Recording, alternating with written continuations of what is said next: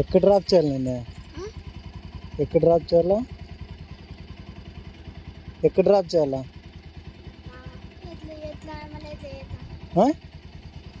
ఏంది ఏంది గట్టిగా మాట్లాడు. ఇట్రా ఇట్రా.